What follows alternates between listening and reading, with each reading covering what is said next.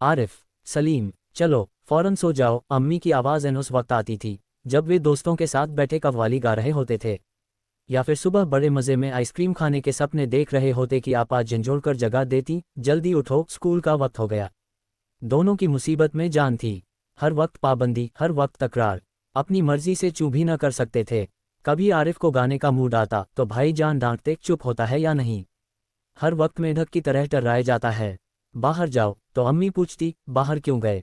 अंदर रहते तो दादी चिल्लाती, हाय मेरा दिमाग फटा जा रहा है शोर के मारे। अरे रज़िया, ज़रा इन बच्चों को बाहर हाँक दे, जैसे बच्चे न हुए मुर्गी के चूजे हो गए। दोनों घंटों बैठकर इन पाबंदियों से बच निकलने को तरकीबें सोचा करते। उन दोनों से तो सारे घर को दुश्मनी हो गई थी, लिहाजा दोनों ने मिलकर एक योजना बनाई और अब्बा की खिदमत में एक दरखास्त पेश की कि एक दिन उन्हें बड़ों के सारे अधिकार दे दिए जाएं और सब बड़े छोटे बन जाएं। कोई ज़रूरत नहीं है ऊधम मचाने की।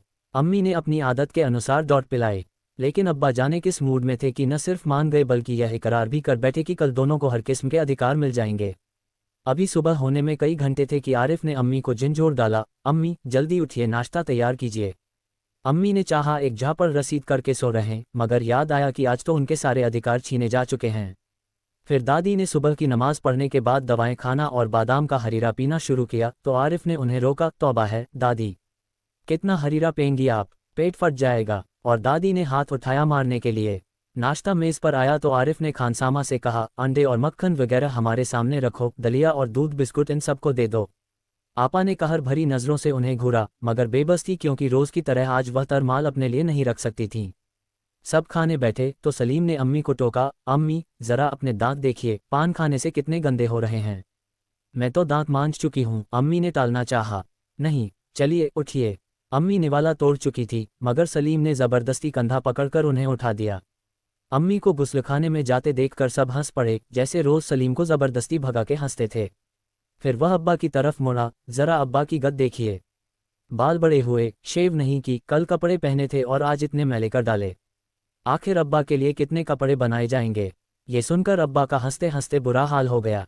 आज ये दोनों कैसी सही नकल उतार रहे थे सबकी, मगर फिर अपने कपड़े देखकर वह सचमुच शर्मिंदा हो गए।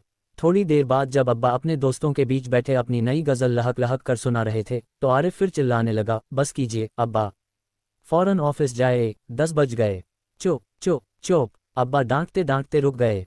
बेबसी से गज़ल की अधूरी पंक्ति दांतों में दबाए पांव पटकते आरिफ के साथ हो लिए। रज़िया, ज़रा मुझे 5 रुपए तो देना, अब्बा दफ्तर जाने को तैयार होकर बोले। 5 रुपए का क्या होगा, कार में पेट्रोल तो है। आरिफ ने तुनक कर अब्बा जान की नकल उतारी, जैसे अब्बा कहते हैं कि इकन्नी का क्या करोगे, जेब खर्च तो ले चुके। थोड़ी देर बाद खानसामा आया, बेगम साहब आज क्या पकेगा? आलू, गोश्त, कबाब, मिर्चों का सालन। अम्मी ने अपनी आदत के अनुसार कहना शुरू किया, नहीं आज ये चीज़ें नहीं पकेंगी। सलीम ने किताब रखकर अम्मी की नकल उतारी, आज गुलाब जामुन, गाजर का हलवा और मीठे चावल पकाओ। लेकिन मिठाइयों से रोटी कैसे खाई जाएगी? अम्मी किसी तरह सब्र न कर सकीं, जैसे हम रोज़ सिर्फ मिर्चों के सालन से खाते हैं। दोनों ने एक साथ कहा। दूसरी तरफ दादी किसी से तू मैं किए जा रही थीं। ओफ़ो, दादी तो शोर के मारे दिमाग पिघलाए दे रही हैं। आरिफ ने दादी की तरह दोनों हाथों में सिर थामकर कहा। इतना सुनते ही दादी ने चीखना चिल्लाना शुरू कर दिया कि आज ये लड़के मेरे पीछे पंजे झाड़ के पड़ गए हैं। मगर अब्बा के समझाने पर खून का घूंट पीकर रह गई। कॉलेज का वक्त हो गया तो भाईजान अपनी सफ़ेद कमीज़ को आरिफ सलीम से बचाते दालान में आए, अम्मी शाम को मैं देर से आऊँगा, दोस्तों के साथ फिल्म देखने जाना है, खबरदार। आरिफ ने आंखें निकालकर उन्हें धमकाया, कोई ज़रूरत नहीं फिल्म देखने की, इम्तिहान करीब हैं और हर वक्त सैर सपाटों में गुम रहते हैं आप।